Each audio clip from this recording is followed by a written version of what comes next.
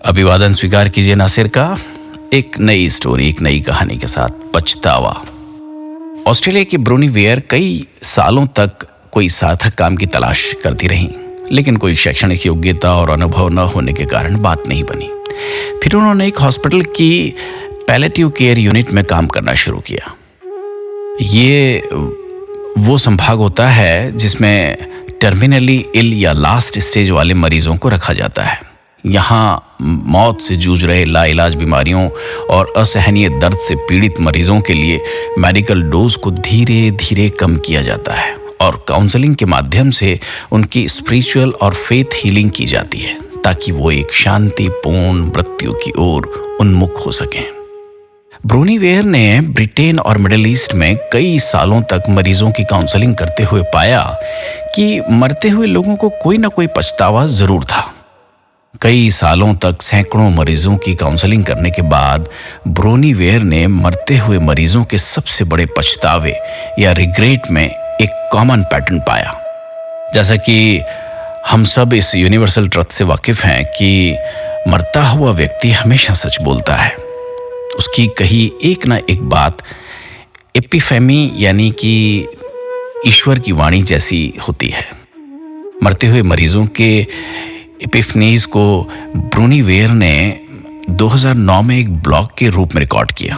बाद में उन्होंने अपने निष्कर्षों को एक किताब the top 5 regrets of the dying के रूप में प्रकाशित किया।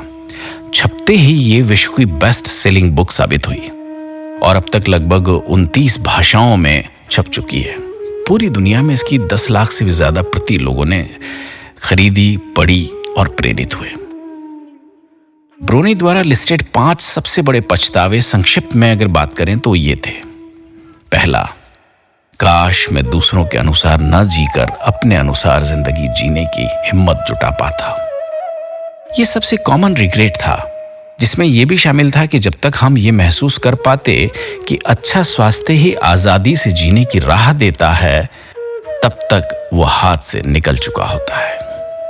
नंबर 2, काश मैंने इतनी कड़ी मेहनत न की होती। ब्रोनी कहती हैं कि उन्होंने जितने भी पुरुष मरीजों का उपचार किया, लगभग सभी को ये पछतावा था कि उन्होंने अपने रिश्तों को समय न दे पाने की गलती मानी।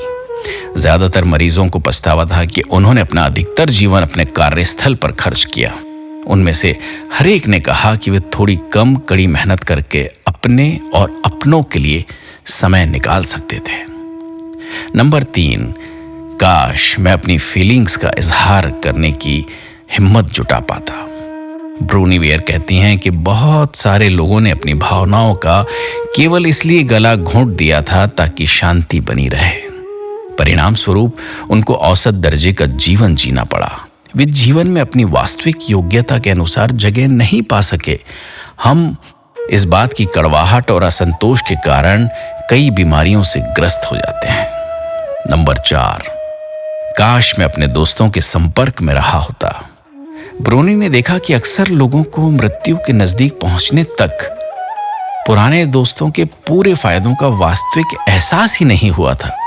अधिकतर तो अपनी जिंदगी में इतने उलझ गए थे कि उनकी कई वर्ष पुरानी गोल्डन फ्रेंडशिप उनके हाथ से निकल गई थी। उन्हें दोस्ती को अपेक्षित समय और जोर न देने का गहरा अफसोस था। हर कोई मरते वक्त अपने दोस्तों को याद कर रहा था। नंबर 5, काश मैं अपनी इच्छा अनुसार स्वयं को खुश रख पाता। आम आश्चर्य की तरह ये भी बहुत ही महत्वपूर्ण बात सामने आई कि कई लोगों को जीवन के अंत तक ये पता ही नहीं लगता है कि खुशी भी जीने की एक पसंद या विकल्प है। हमें ये नहीं भूलना चाहिए कि खुशी वर्तमान पल में है। जो प्राप्त है वो पर्याप्त है। अपना ख्याल रखिएगा।